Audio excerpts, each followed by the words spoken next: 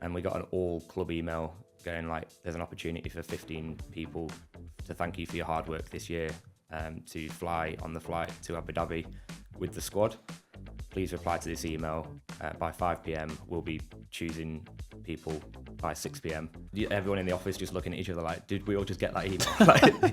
So yeah, put my name down, got picked, and then went to the airport and I stood in the boarding queue and saw this mob of people coming over to me. It's like 1 o'clock in the morning. Airport was quiet. Go to the Etihad desk and it was Sergio Aguero walking towards me with 2 security guards and 150 fans and photographs flashing. I was like, this is not where I should be. Hello and welcome to the Sports Grad Podcast, the ultimate guide to make it in the sports industry. I'm your host, Nathan Peroni, and on this podcast, I chat with people in industry and find out how they got hired into dream jobs in sport. If you want to know what people are doing to break in and grow their career, make sure to follow the pod and subscribe to our newsletter for even more advice. Or if you want to give yourself a competitive advantage in the job market and put your career on a rapid new trajectory, go to our website and apply for the next cohort of the Sports Grad Method program. Now, coming up on the show today is Jamie Fisher, Precinct Operations Coordinator at the MCG.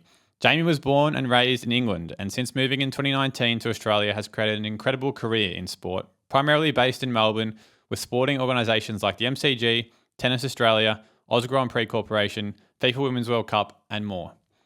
Jamie's expertise in events and operations starts back home in Greater Manchester, where he worked for Manchester City and the ICC Cricket World Cup, England Cricket Board, and many more, with so many incredible experiences to date.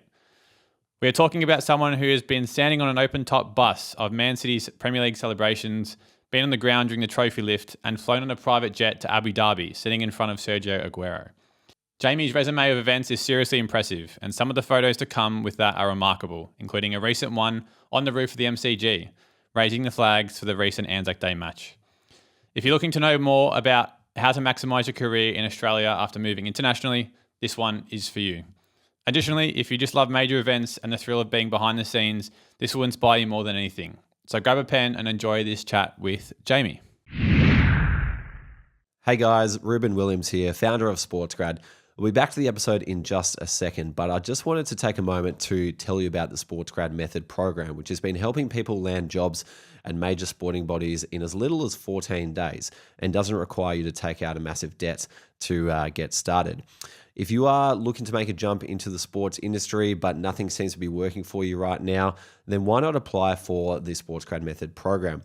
Inside, you'll get given a proven playbook and a one-on-one industry mentor, as well as access to the SportsGrad network, plus much, much more, all of which have helped people land over 800 roles in sport. If you're ready to back yourself and fully go after your career and not let life get away from you and wonder, what if I'd only given that a shot? Then you're the kind of person who we'd love to work with. So head to sportsgrad.com.au/program and you can apply to join us. Jamie Fisher, welcome to the Sports Grad Podcast. Thanks for having me. It's a pleasure. We met, a couple of years ago now, back when I was at West United, crossed paths with you. Wow, you've got a good story, some of the experiences you've done. And that's part of why I wanted to get you on here. You're a City fan, Man City. We're recording this the day that sadly Arsenal have won the league. How did you feel this morning? That was a tough watch. I had a feeling. Bournemouth away, going into Europe, City needing a win, not won it for 22 years, Arsenal, and just thought, there's something not right about this. And then, it wasn't to be, but we've had enough. We'll give someone else a go now. Yeah. And Pep's on the out, by the looks of it? I believe so, yeah. I don't want to believe those rumours until I see some evidence, but it looks pretty likely. I think he's on the way. The dynasty's been built. I don't think Fabrizio Romano's said here we go yet, so it mustn't be real. No, I have a feeling there'll be something on, I think we've got a parade on Monday or Tuesday, and I reckon there'll be something during the parade that is a Pep farewell. Do you sell a lot of people that you know back at City? A few, not really touch base with them, but I follow a lot on LinkedIn and some Instagram and stuff, but I do kind of try and stay in touch a little bit. It's always good to get a little inside knowledge. Yeah, of course, I can imagine. Now, accreditation-wise, you've obviously got something here, but you've also got another little cool not-so accreditation. Looks like a gift from the World Cup. Do you want to talk about what you've got? Yeah, so I had a dig through. I'm one of the few people, I think, in events that just does not collect accreditations. When I was travelling around doing freelance work, and it just became this pile that I was carrying around in my backpack, and I was like, I need to shed some luggage. and binned them all. I might regret it one day. Do you have any at home back in the I've got UK? a few from the UK, but Yeah. then I left them all in the UK because Fair enough. I was only meant to be here for 6 months. But yeah, this was a nice little gift we got from the World Cup, the Women's World Cup 2023. Yeah, something a bit unique. It's a love it. gold medal from the World Cup. So yeah, I'm not going to let you keep it, but I'll No, that's take okay. it with me. It's a nice little showpiece. Yeah, absolutely. Yeah. Nice touch. I've not had anything like that. I think if I do get in charge of an events company, my little gift to someone at the end will be something a bit unique that you can take home. And Yeah, great idea. And the accreditation as well? Accreditation, yeah. So touch base on, had a little couple of touch points on the September Club in the Precinct building Yarra Park for the AFL Grand Final last year. And then was fortunate enough, went in, had a look around on Grand Final day. So yeah, I've got my contractor pass from the Grand Final. Awesome. It's really good. Very good, very good. Now, we like to start the convo with some quick fire questions just to get a bit of background on you. So firstly, what inspired you to work in sport? I don't know. I think I've always loved sport, and I'm sure everyone says the same thing. Like I always played it, football and cricket. And then I just remember going to the I think it was a 2005 Ashes as probably a 10-year-old on a primary school trip. It's a pretty good primary school yeah, trip.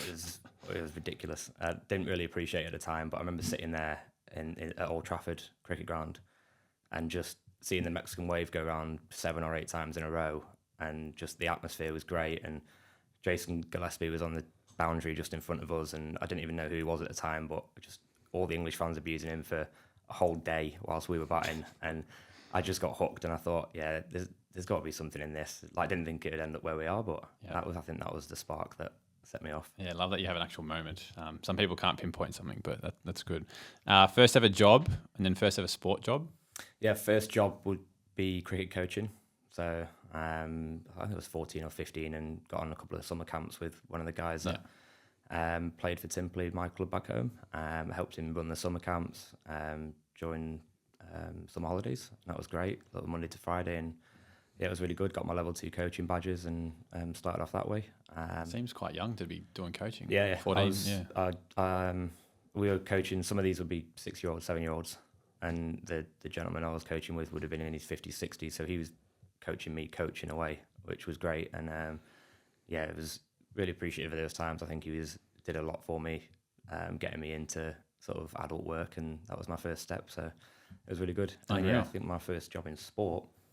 I was working as a volunteer on England cricket match days in uni after first year summer. So we got a little email invitation from the cricket club at uni just saying, we're looking for some volunteers to work at Edgbaston. Mm-hmm. And I thought, that sounds pretty cool. I'll just say yes. And then before I know it, I was handing out inflatables and freebies and T-shirt cannons and stuff. And there I was. And I thought, this is great. I'll volunteer, get to watch the cricket. And that was basically my ticket was the payment. So beautiful. It was great. Love it. Very good, man. After high school, any extra study? Yeah, I went straight to uni. So I did sport and exercise science at Birmingham University in the UK. Did 3 years there. Graduated and moved on. Yeah. Is that on campus? Just live down there? So I think it's a bit different in the UK. Like most of us live on campus. Here it's very rare. Yeah, it's like the opposite of here. So I lived in Birmingham for 3 years on campus, and that was a great time. Cool experience. Really good. One interview question you were asked to answer for the job you're in, or something you like to ask people you hire? Yeah, with a couple. Like when I was thinking about this, the one that sticks with me is a bit of a rogue one, and it was a group interview, and we had 30 seconds with each person in the room, and I tried to prepare, was a bit nervous, and the guy just went, "Why should I hire you then?" I was like, "Sorry?" And then that was it. He goes, 30 seconds, why should I hire you? And it's just to put you on the spot. Like you can plan for all the usual questions, but ultimately, like it's a bit like the "sell me this pen" type question from Wolf of Wall Street. It's great. I think I'd go with that. I think that would rattle people as well, but it probably gives you reason to be like, you have to be ready to know what to say. And that's the whole situation. point. Like, I think you've got to be ready. Like you can plan so much in events, but ultimately something's going to change on the day, and if you can't deal with the stress of changing that, then you're not going to survive, I don't think. Yeah, that's a fair point. Book or podcast recommendation that's helped your career? Yeah, I'm not a big listener, but I did listen to Ant Middleton's books. He's a SAS soldier from the UK. He has written a bit about his time in the SAS. One of his 3 is the fear bubble, and he goes through the concept of dealing with fear and conceptualizing that, and then breaking that down and how he manages fear. I mean, his fear was, I'm about to be the first person to breach a door and have guns pointing at my face. But the way he talks through it in the book and the way he describes the process, I think was really helpful, and it's easily applicable to everyday life, even working in events, and just being able to compartmentalize things, I think was really good. So yeah, definitely recommend. Fantastic. And the last one, if you could try another job in sport for a day, what would it be? Yeah, I had to think about this as well. I got a bit of fascination with the rogue jobs, I'd call them, in that it's sort of player care, where you're dealing with people, elite athletes, who might have rogue requests about, and it's similar with music artists who go on tour and you hear things like, "Oh, Snoop Dogg doesn't like white bed sheets. Yeah, he doesn't like. He likes this specific type of food, but that food doesn't exist in Australia." Or the weird requests that I think you'd get from athletes, or like people only wanting a certain type of hotel room, and you've got to try and navigate all that and keep them happy, but also get the job done. I think could be cool to do for a couple of days, but I think the stress might get on top after that. Like, it's a niche one. No one has said that. So no, I don't know if I'll be able to do it full time, but yeah, I think a couple of days of doing that and just trying to get a real personal insight of some of the lives, that the way that brains work and the athletes, how they manage themselves, would be great. Yeah, love it. I want to take you back to early experiences and breaking into industry. You kind of mentioned some of those there, but how did you manage to find those early experiences back home? Like, was it very challenging? I know you mentioned that, there's email comms from university about trying to get experience. You did the cricket coaching and events assistant at great big events. Like, how does it all come about early on? Yeah, I think it's I'm a bit of a say yes to things and then maybe think about it afterwards. So that email came through. It went to, I think, 75 of us that were members of the cricket club at the time. And I just read it. I was like, oh, everyone's going to say yes to that. Like, that's like a no-brainer. I said yes, and I think there was 2 other people. And then when I started doing the work and the volunteering, and I was putting it on Instagram and Snapchat, and then I was getting messages from the same people that got the same email as me a week before, going like, how do I get into this? Can you help me? Like, oh, can I get a job too? And I was like, you got the same email as me yesterday. Like, just reply to it and say yes. So yeah, it was sort of took the opportunity, and then after doing that for volunteering for the first summer, went back to uni, thought that was that, and then get a phone call in January, obviously middle of our winter in the UK, from the woman in charge, and she just said, oh, we're not looking for volunteers this year, but we do want some paid staff to do the same job. And I was like, cool. And she goes, do you want to do it again? And I was like, yeah, just at Birmingham. She's like, no, we'll put you on the whole summer tour if you want. Wow. And I was like, sign me up straight away. So that took me on to casual work, just bouncing between test grounds and different series. I can't remember what teams we had at what that year was. Was that still requiring you to get yourself to the ground, or were they paying you something? Sometimes. So again, it was my first insight of like, people must make a living from this, because I live in Manchester. So a couple of the grounds like the Oval and Lords, we got a bit of help with the train down there or hotel room. So that was incredible. And then great. That was my summer job for second year, third year of uni, and that set me up. So yeah, that was my first step, and then you go from there. Yeah, amazing.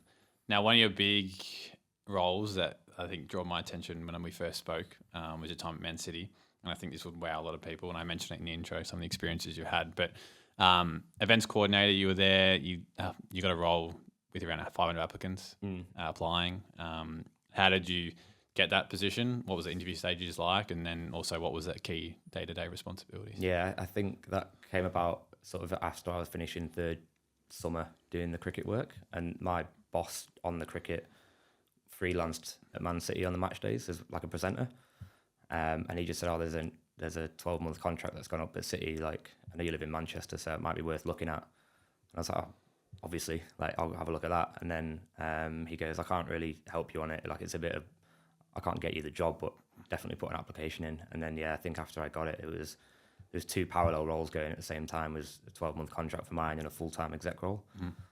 So they combined the two, the recruitment process for it. And I think after I got the job, I think they said there was just over 500 people went for it. And I was like, wow, that's serious. Like, just, I still look back at that sometimes and think, like, what if it wasn't me that day? Like, who stood out? And I wouldn't be sat here, I don't think. So, yeah. And you're a City fan too. And I'm a City fan as well. So it was just like, everything just came together. Like, it was a dream job, dream time. Like, I did whatever was required, got the job, and didn't look back. So it was really good.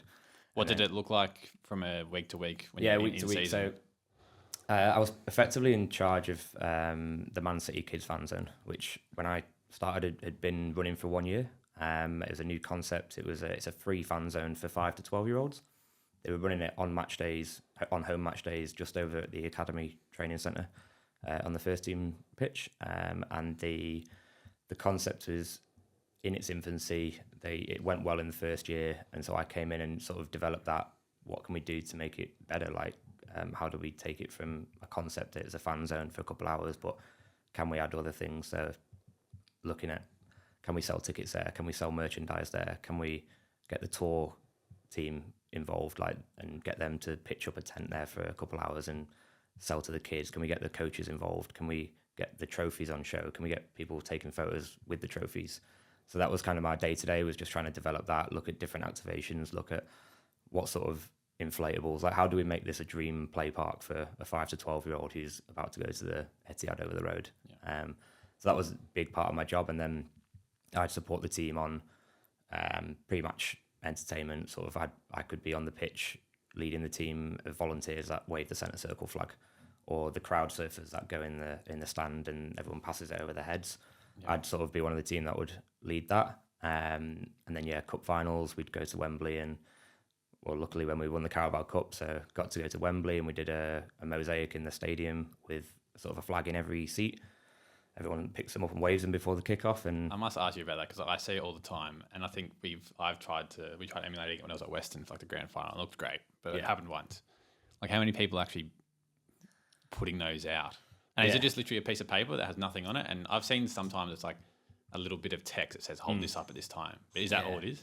It can be. So we started off, I think, when we first started, obviously before my time, in that we'd put a sheet of plastic on the chair and then I'd pick them up and it would look good. And I think obviously very quickly environmentalists sort of raised a valid point that will just go straight in the bin afterwards. So the ones that we started doing were fabric flags that were recyclable and would have some sort of momentum on them. So it might be the club crest on it with the date of the game on it, so that it encourages people to take them home as a souvenir rather than just throwing them in the stand and letting the cleaners pick them up afterwards. And it does kind of have instructions on the bottom saying pick this up when you hear this video play, pick this up before the team walk out, wave this during the national anthem, like all those kind of things. So we'd kind of try and dictate the moment. A couple of times I had one at Wembley. Again, they went a little bit early. You can't really control 50,000 people in your side of the ground, and they went 30 seconds too early for one of our home games, I think. And they kind of, even by the time the team had walked out, half the flags weren't waving anymore. So the hero shot wasn't perfect. It still looked really good, but if they'd taken the picture 30 seconds earlier, it would have looked incredible.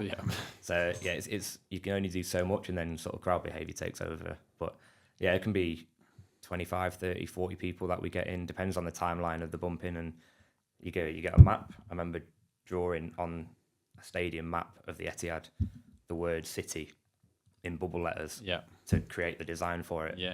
And then going that, here's an idea, and then it was another one was like we are city, and another one was like champions.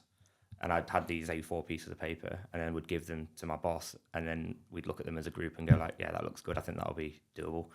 And then before you know it, your design's on a CAD file, and each flag is coded to a different seat, and then they come in different boxes, and then it's like an IKEA furniture, and then you go, right, you're in charge of all the blue flags on these rows, off you go, and then hope that people put them in the right spot. True. How long does that take from we're ready to go, we got however many staff, like an hour or a day, 5, 6, well, it depends how many people you get and how good they are. What's an ideal scenario when you were there? I think we'd start in the morning, the day. Sometimes we did it overnight. It changed. Like the Wembley one, I think we did over 4.5, 5 hours the day prior. And then we did the same. We try and do it the day before because you don't really want to be stressing on the match day. But then I remember one of them, we walked into the Etihad like the next morning, and it had been windy overnight, and half the flags had blown all over the place. So then it's a bit chaotic trying to put the blue flags back where they're meant to be, put the white flags back where they're meant to be. And then, it was a bit stressful sometimes. You can't control that though. That's the unfortunate realities. I want to just talk about a couple of wild pinch moments that you mentioned in this time, and feel free to dive into all of them. So you got standing on an open top bus during the 2017-18 EPL celebrations. And you said you're a bus manager. Yeah, that was a good job out of that. You flew to Abu Dhabi with City squad on a private flight with players and staff. You had Aguero in front of you. and the trophy lift that Eddie had. Do you want to just talk to, I guess, some of those moments that no one will ever get? Yeah, that was a weird one. I think we just won the league, and we're preparing for the open top bus tour through Manchester, and you see the scale of Arsenal's one that's coming in a couple of days. Like it's insane. Like you can't really prepare for it mentally. And it was sort of the day before. I think we'd been doing 12-hour days for a couple of weeks, like with the end of the season and the post-match parties and all that kind of stuff. And my manager just came up to me. He's like, "What's your role tomorrow? Like on the day?" And I was like, "Oh, I'm free. Like I can be a runner. Like where do you need me?" And she goes, "Oh well, we have 3 buses. We have the players on the first bus. I'm managing that. We have the coaching staff and the reserves on the second bus, and Ellen's going to manage that. And the third bus is for fans who've won competitions and sort of can't buy moments. And we don't have a bus manager for the third bus. Like, are you able to manage the bus?" And I was like, "Yeah, I can do that. Yeah, I can definitely do that." So what does that mean? Just standing on the top of the bus, so making sure they behave? it's basically, we had 2 security guards with me. I think Amazon Prime were filming the documentary at the time as well, so they were on the bus. And it was pretty much being the club liaison to make sure that people weren't misbehaving on the bus. So as excited as I was, it was trying to keep behaviour intact and checking that the people try and get past security and are you on the guest list, are you not, like come in. And then that was it. It was told to stay downstairs and stay out of the way, and it got 10 minutes in. I was like, why am I on the bottom deck here? I need to go on top. Like, it was really good. So quite a unique one that. We flew to the Abu Dhabi trip. Came about. We had a warm weather training camp, so in a non-work capacity for the first team, and it was a Friday afternoon. And the flight was on Monday evening after the Stoke game, and we got an all club email going like, "There's an opportunity for 15 people to thank you for your hard work this year to fly on the flight to Abu Dhabi with the squad. Please reply to this email by 5 p.m. We'll be choosing people by 6 p.m. Surely everyone replied. And everyone in the office just looking at each other like, "Did we all just get that email?" So put my name down, got picked, and then we had to take. It was very obviously fair enough. Take annual leave, so you're not working with the squad. It was just flight there, sort yourself out when you're over there, and make sure you're on the flight back. So took 5 days annual leave on the Friday afternoon and went to the airport, and I stood in the boarding queue and saw this mob of people coming over to me. It's like 1:00 in the morning.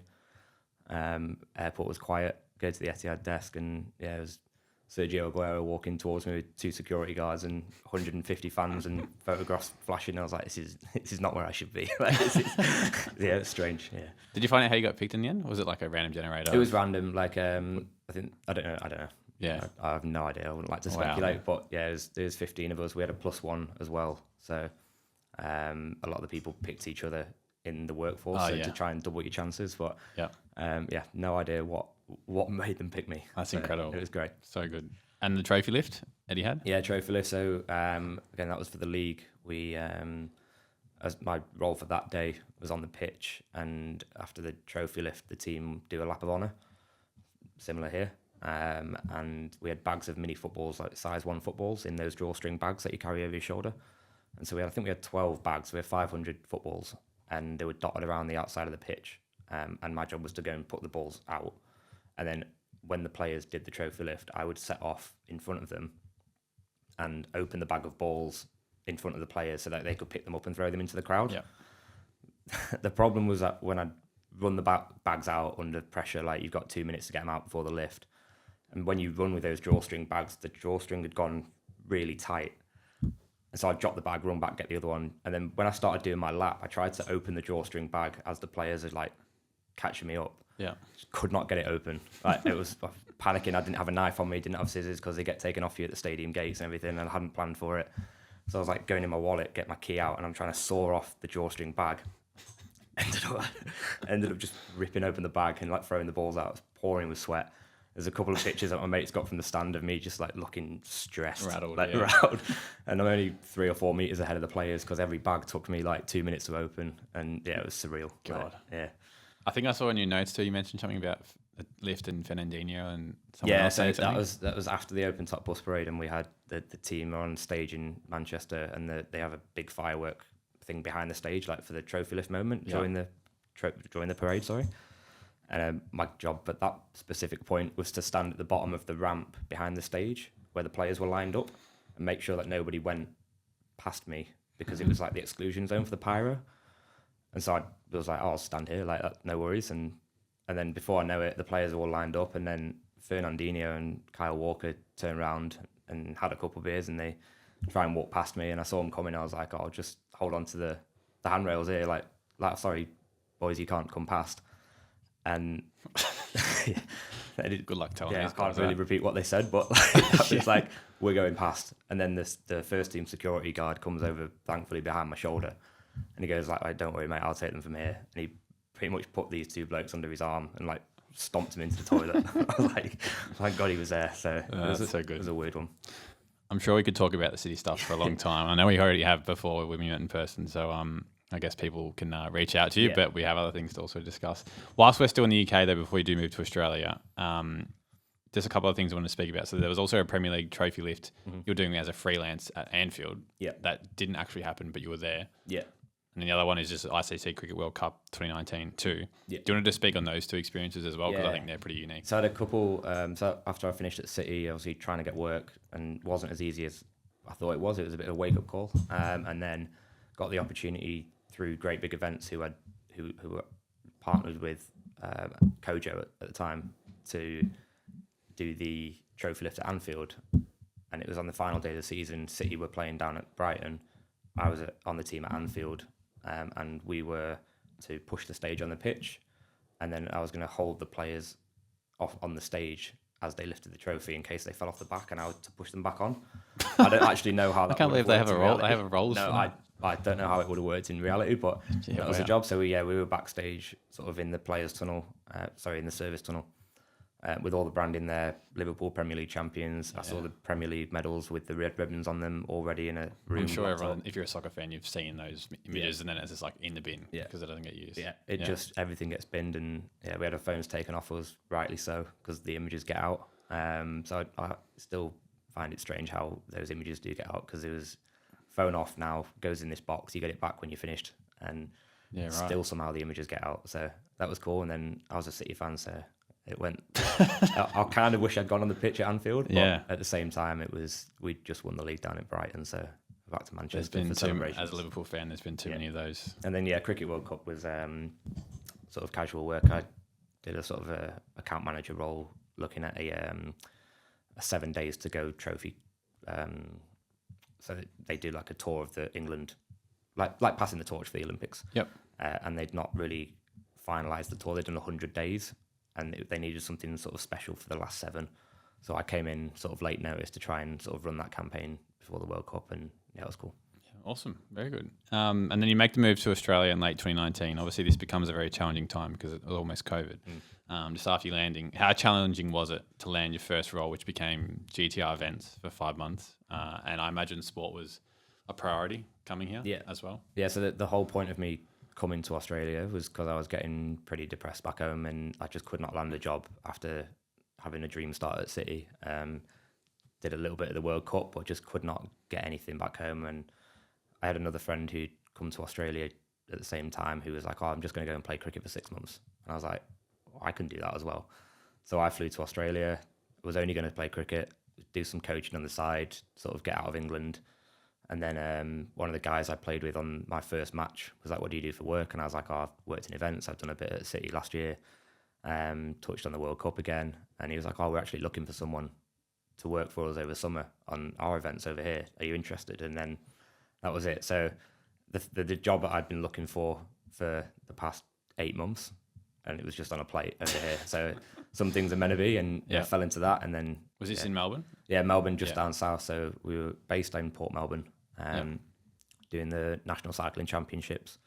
Jaco Howard's done to a lot of cycling tour events. Geelong Outdoor Living Show is like a caravan show. So good team, really great opportunity, and sort of a whole different type of event that I'd done from venue stuff, and sort of opened my eyes a bit. Yeah, nice. And how bad was the COVID implications for you when you came over? Like, does that, I guess, stop any opportunities from a work sense as well? Yeah, my contract was due to finish in May. And I remember watching the TV in the office with everyone. And it was like the Melbourne, was it the Grand Prix got cancelled? Yeah. And we watched that and we were like, well, that's our 3 events that we've got lined up are also in the bin now. And then I started thinking, well, we talked about a contract extension briefly prior to COVID, and I thought, well, that's not going to happen now. Yeah. And then, so it kind of cut that short. And then I remember getting an email from Emirates saying your flight tomorrow has been cancelled. And I read it. I was like, I forgot I had a flight back. Like, I was so stressed with COVID and everything and didn't even realise I had the flight booked in the first place. So it got cancelled, and then I got stuck here and, worked our way through COVID. Still here. And, still here 6 years later. I just want to speak about the farm work as well. Yeah. You've actually got that on your LinkedIn, which I find funny. Keep it in there. It's one of those that I think we kind of hear as a cliche for Australians that people like they have to do it. I think my understanding is it's less necessary now, perhaps. But Yes. do you want to just speak about how that works? Yeah. So for And if anyone's listening from the UK, if it's still needed now. No, so if anyone who doesn't know, when you get a working holiday for 12 months, during that 12-month period, you have to do 3 months of regional work, which is where farm work comes from. It's usually fruit picking or something. That grants you the opportunity to get your second-year visa. Okay. On your second-year visa, you have to do 6 more months of regional work to grant you your third-year visa. So that's where the farm work comes from. That's why a lot of people who come over backpacking talk about farm work, because it's got to be a priority if you want to stay more than 1 year. Yeah. Nowadays, yes, the last couple of years, the Brits have finally signed a good trade deal with someone. The British backpackers no longer have to do the farm work. They can just get a 3-year working visa, the same way you guys can get a 3-year working visa going over to UK. Yeah, okay. But the other European nations and a lot of the other countries, unless they've got a specific trade deal with Australia, still have to do the farm work. Okay, So that makes sense. Brits no, Irish yes. Yeah, understand. So That yes, makes I ended sense. up on a cattle station in the Gulf of Queensland, riding horses and dirt bikes and chasing cows during COVID, and that was how I survived. Just about. How many other people are on like that? Do you meet a lot of people similar situation? No, that's what I missed out. I think a lot of people go and do their fruit picking, and it's a bit rough, and you don't get paid anything, and it's terrible. But you make all your friends that you travel with, and there'll be a big group of 30, 40 of you. My cattle station had 4 people, and we were an hour from the shops. We were 600 kilometres away from Mount Isa, which is the same. I would classify that as the same distance from Newcastle to London. Yeah, when you put it like that, it's pretty bad. Yeah, and that was the closest sort of civilization we had. So it was total isolation, and didn't make any friends, but got a few experiences. Yeah. Very good, very good. Unique. I'm glad I don't have to do that, but credit to you. I want to speak about the wealth of other valuable and diverse experiences you've since had since being here. And we'll speak about your current role in a sec. But so you got Grand Prix work, operations officer, FIFA Women's World Cup, dressing and signage manager at Amy Park, like we've got here, Australian Open infrastructure coordinator and site supervisor, and then heaps of other freelance and short-term roles. How did you manage to find all these roles over the years? And then what's been, I guess, some of the biggest challenges, but enjoyment doing so much of these different opportunities? Yeah, so I think it going back, it started at the end of 2020 when I was in the Gold Coast, and I sort of done the East Coast coming south and realised I couldn't get into New South Wales because of border lockdowns. And then back in the UK, before I came to Australia, I remember I made a promise to myself to try wherever possible to not pour another pint. My motto being that if I was pouring a pint, it meant that I wasn't doing something that was progressing my career. So I'd do promo work or I'd do brand ambassador work instead. So it's sort of same casual jobs, but different pathway, and it might lead somewhere. So I thought with that in mind, I signed up for a couple of promo agencies in the Gold Coast. As things were starting to pick up, a lot of like sampling in pack fair, a lot of drink giveaways, and I was doing ice break coffee for 4 weeks straight, giving them out. So that's what sort of started it off. And then I again, to just try and network, was whenever I worked a shift, I tried to speak to somebody on that shift that, for whatever capacity, was doing something next. How are you getting that? Do they need anyone else? Like, do you need another hand? Like, what other agencies are you signed up with? And just try to make a point that even if it was like a 4-hour shift that was handing out a drink on the street, I could try and make one connection that might lead somewhere. And it's pretty much what happened. It opened a door to Ironman, got me over to Western Australia. Someone at Ironman helped me or provided the contact for getting into the Grand Prix. I think the Grand Prix contact ended up helping in some capacity for me ending up at Tennis Australia. And it all sort of fell into place after that, but it comes from a lot of sort of networking and just putting yourself out there and trying to ask the right people the right questions, and hopefully a door opens. Yeah, amazing. And do you have like a favorite event out of all those ones that you've done over the last few years? What's like your number one, or maybe one that you've learned the most as well? Yeah, I think the one where I think I've progressed the most would have been, so I did 2 Tennis Australia infrastructure coordinator contracts back to back. So it was 7 months starting in September, running through to March, and contract managing a lot of the build of the Australian Open. And there's so many overlapping layers and people with different timelines and suppliers that might have 12 shipping containers to deliver over a 2-hour period. It's great on paper, but how do you actually deliver 12 shipping containers over different areas of a 2-kilometre wide site when each one of them's got to be in place within 20 centimetres of each other? Yeah.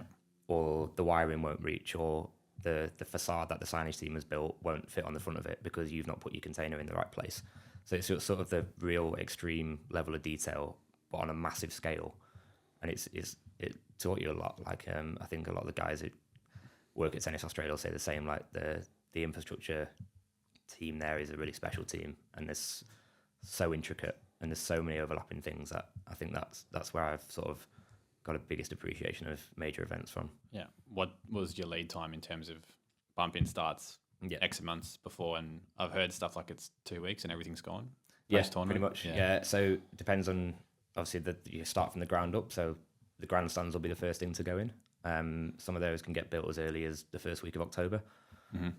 So talking 3 months, 3 months out. And then some of the other stuff, like Melbourne Park will manage the site because they have events at John Cain Arena and Rod Laver and Margaret Court that are ongoing right up until the Australian Open. So a lot of the build sequence comes off the back of when events are being held at Rod Laver. So there'll be certain areas of the site where we're not allowed to build in until a certain date. Yeah. I use Rod Laver as the example because it could be as late as the 15th of December, where that Ralph store that sits right outside Rod Laver, you might be starting to build that on the 15th of December, and it's got to be ready by the 1st of Jan. But everyone's over Christmas, and your suppliers all want a Christmas break, and you're burnt out, and they've got competing deadlines as well. So, it's a big range. Some of them are sort of slow and steady, and some of them are, this has got to happen in the next hour, or it's not happening. To find balancing act, I can imagine. You then, and where you are now, the MCG, Precinct Operations Coordinator. Do you want to talk to us about what your role entails, and then some of these experiences that you would have been a part of or seen at the MCG, like concerts, Grand Final Day, ANZAC Day, Ashes, Lions Tour? Yeah, so I started after AO25, so February, so it's been 15, 16 months now. Precinct Operations, I manage all of the match day car parking operations in Yarra Park. So I know a lot of people might have memories of being a kid and going and parking Yarra Park and getting right up there and getting bogged and trying to push your car out and all that kind of stuff. So I've seen that myself. I manage the team that runs the car park on the match days. So a lot of the operation comes through me. I have a touch points on the fan zones that go up, September Club and the Grand Final builds and the Grand Final Village. Sort of have a little say in that with the build. Day to day, it's a good place to be, really good. And then you get the opportunities to sort of touch base on some of the. You go in the stadium for Grand Final and you're there, and it's great. It's a great place. Yeah, it's those money can't buy as intangible aspects of the job. One photo that really stands out to me that I saw before you'd sent it to me in the last week or so, but you were on the roof of the G for ANZAC Day 2025, raising the flags. Yeah. How do you even get up there? And then I suppose back to you got picked to go to Abu Dhabi. How are you getting picked to do that? I sit opposite the workforce team who coordinate the sort of 800 strong workforce on any given match day. My part of the workforce team will be 40 people on a match day, so I have a small slice of the pie. So it was leading up to ANZAC Day, and there was talk about usually the same people or a couple of people to try and rotate it through on who goes up to the roof. And obviously you have, I think there's 4 flags up there. And obviously during the minute silence and the last post, the flags get pulled up, and they were sort of looking around for someone in the workforce team and talking to each other about who they should pick. And I was just like, I can do it if you want. And they went, that would be good, you can do that. And that was as simple as that. And then next week I found myself like getting suited up down in the basement and then climbing up behind the scoreboard, up the ladders that, again, you don't know exist. Yeah, I wouldn't. Going up on the roof, and then there's a little platform up there that looks over the top of the pitch. And then, that was just surreal. Like, just standing up there with 100,000 people. And I think I had the Torres Strait Islander flag. And it's another, like, pinch me moment. I was just stood there, like, white-knuckled, because that flag's not tied onto anything whilst it's getting pulled, apart from my hands. And I was like, if I let go of this flag, that is going to be catastrophic. So, yeah, the sort of the last person, you kind of follow the lead of the team leader and just pulling it up slowly, and just total silence, like stood there holding it as the minute silence goes with 100,000 people, and the only thing you can hear is the flag above your head. It's just surreal. Like, and the plane normally flies. There's a plane or a jet that flies over. Is that? I can't remember what time does it happen. Yeah, I got a nice little video of that. So after we tied the flags up and the planes fly over as the first bounce goes. Yeah. I think they were 10 seconds late or something for whatever reason, and I remember just filming. I was like, I'm sure there's going to be a plane flying over the top, and then the big roar goes up and the planes fly over the top. It was surreal. Like, how are you with heights? Like, was it? I love it. No, like I'm an adrenaline junkie. So I didn't mind it all. Like, it was great. I'd definitely do it again, but gave up the opportunity this year. Gave it to someone else. So once is enough. Fair enough. NFL's coming up later in the year as well, the MCG, which is a big talking point. Is there already preparations going on in your space as well, and a broader conversation, I'm sure, is no doubt happening? Yeah, I think it's, again, from what is effectively just one match, there's so much more to it, and some of the planning's been going for 18 months already, with set teams working on it. So there's very little I can give away, but there's some big plans coming, and it's going to be an incredible event. It'll be one of the biggest ones. I think we're hoping to eclipse Taylor Swift. So it'll be great. I think the most fascinating thing to me is it's like at 10 a.m. Yeah, 10 a.m. Friday 10 a.m. Yeah. So, like, what does Melbourne look like and G look like? Obviously, people are going to turn up, but I'm just curious how. Yeah. Like, what does that morning look like around Melbourne? Because it's just very different to a normal evening. And throw in the fact that we could easily have an AFL finals game on the Saturday, based on how the results go. So that's something that the team are working very closely on, with both the NFL and the AFL. So yeah, it's going to be an interesting weekend, but we'll see. Yeah. And do you have a favourite event so far that you've been a part of? At the G? Yeah. At the G? Boxing Day. Boxing Day test match, so the Ashes. I was fortunate I didn't, it seems weird talking about working in sport, I was fortunate I didn't have to work Boxing Day. So I worked the morning up until the first ball, and then went and got to enjoy it as a fan. So just crazy. And closely followed by the Lions tour last year. I'm not really a rugby fan, but for the whole week prior to it, there was just red jerseys, like Red Lions jerseys, people walking around the G. The tours were filled. There was back-to-back tours all day, like for 2 weeks straight. And just seeing all the British people out here was like, it was special. That was good to say, I must say, honestly, through TGI, I was there as well. And like, I have never really cared a lot about rugby union or rugby league too much.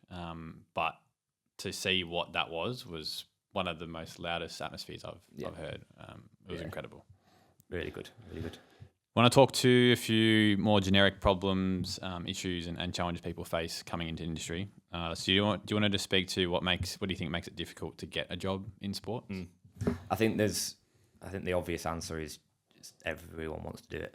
Like there's a very small number of jobs and a very large number of people that want to do the jobs, and it's just, I don't really have the answer to how you do stand out above everyone else, but you've just got to have a bit of luck on your side as well to get the first foot in the door. And then after you can get your first foot in the door, it's up to you to try and take the next steps after that. So yeah, I think it's just the sheer volume of people and the limited number of jobs that are available. Yeah. I think you had a good attitude before though, when you say like just saying yes to opportunities and what have you got to lose kind of attitude.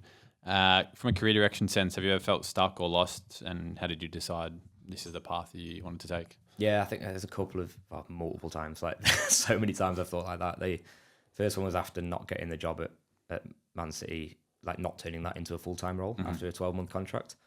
And I remember getting a phone screening for a Rise Festival, which is it's a ski festival in Europe. Just 2 or 3 week contract, working in the operations team, would have got a festival pass and a week ski pass for it and a few shifts. Thought, great, I can do that. And I remember getting the phone screening and it was going well. And then she goes, oh, so have you ever worked in big events? And I was like, did you not? I've just told you all about Man City and everything. Like, they're big events. There's 60,000 people there every week. And she was like, oh, I mean, like big events, like Glastonbury. Have you ever done like a music festival? And I was like, oh, like that's a big event. Like, so I think that was a sort of a wake up point in I need to get a bit more experience outside. First turning point. And then I think getting over here, again, lucky I fell on my feet a little bit, but when COVID happened, it's what do you do next? When Boris Johnson's saying go home, Scott Morrison's saying go home, and then you look at a flight and it's $20,000. You're like, how? I can't pay $20,000. Like, so then you're stuck, and then you fall into this like sort of hole of like, I can't go home if I want to go home. It's totally against all the planning I had in life. Just make it up as we go along, and every sort of contract I've gone, I'd be fly to WA for an Ironman. Like, that's not a wise decision. Like, it's not something that I should have done, but it worked out. Yeah.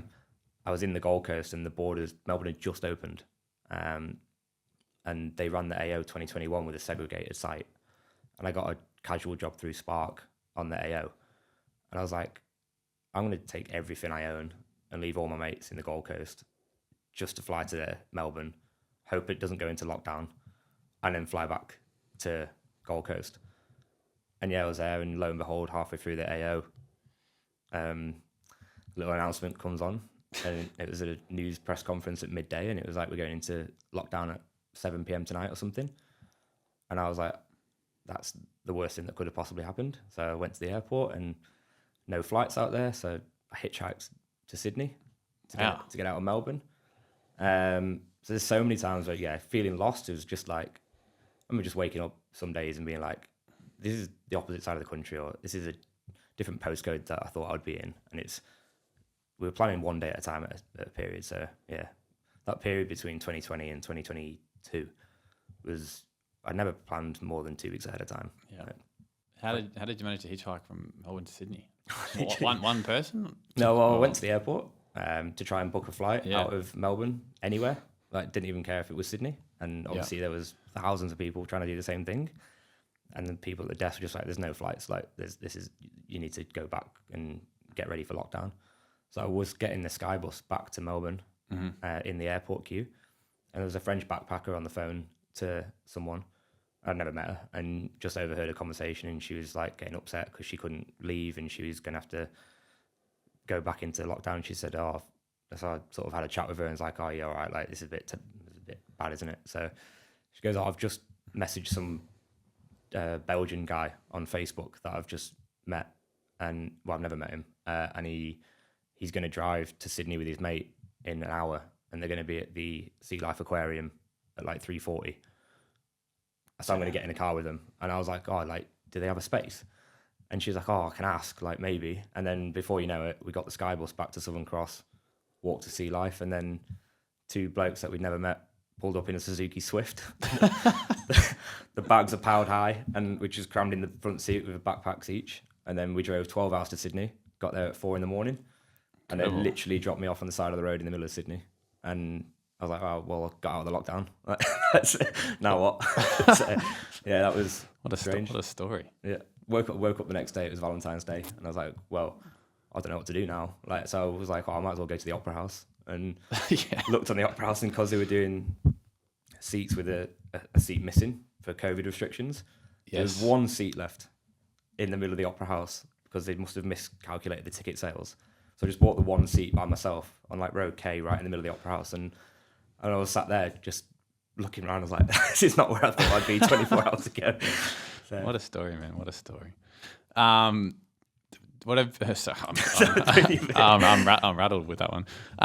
Who have been some of the biggest influences and mentors for your career so far? Yeah, I had to think about this a bit, but I don't have anyone specific. I think if I did throw some names out, then they'd be really surprised or a bit weirded out that I did look at them that way. But I kind of try and look at people in the same jobs or the same industry that are maybe 5 years ahead of where I am, or in a job level that's 1 or 2 levels higher than me, and then just trying to look at them and ask them questions about how did they get to their position, and sort of, sounds a bit odd, but like observe them and like how do they act while they're doing their job, like how are they interacting with people, how have they made that step up.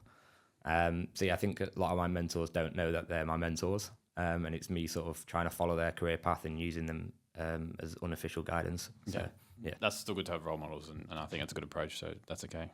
If you had to go back in time, and this is a bit of a fun one, someone said, "I'll give you $1 million if you can land a job working in sport events and operations, as your background is, and you got 30 days. What would you do?" I'll probably do what I did back in the Gold Coast. Try and get on casual agencies. So Spark's obviously a great one. MASH, there's so many once you start looking, and just try and get onto their books and start picking up casual promo shifts. And that's basically where my career came from, was brand ambassador work and promo work. And if you can get onto those, get a couple of those, and if you can impress or the team leader likes you, and if you're lucky, there's a job or the next campaign he's got next week, or it might be a 2-day roadshow, it might be a brand that working at the Caulfield races, and then suddenly you're at Caulfield races, and then once you're at Caulfield races, go into the next one. So I think just try and get into promo work and brand ambassador work, and the rest hopefully follows. Yeah, like the approach. Spark's definitely a good one. I've done a few with them in the past. Biggest pinch me moment working in sport? Probably a lot. Yeah, but I'll try and say something I've not already, but I remember it was the Carabao Cup final, 2017-18, and we did it the same.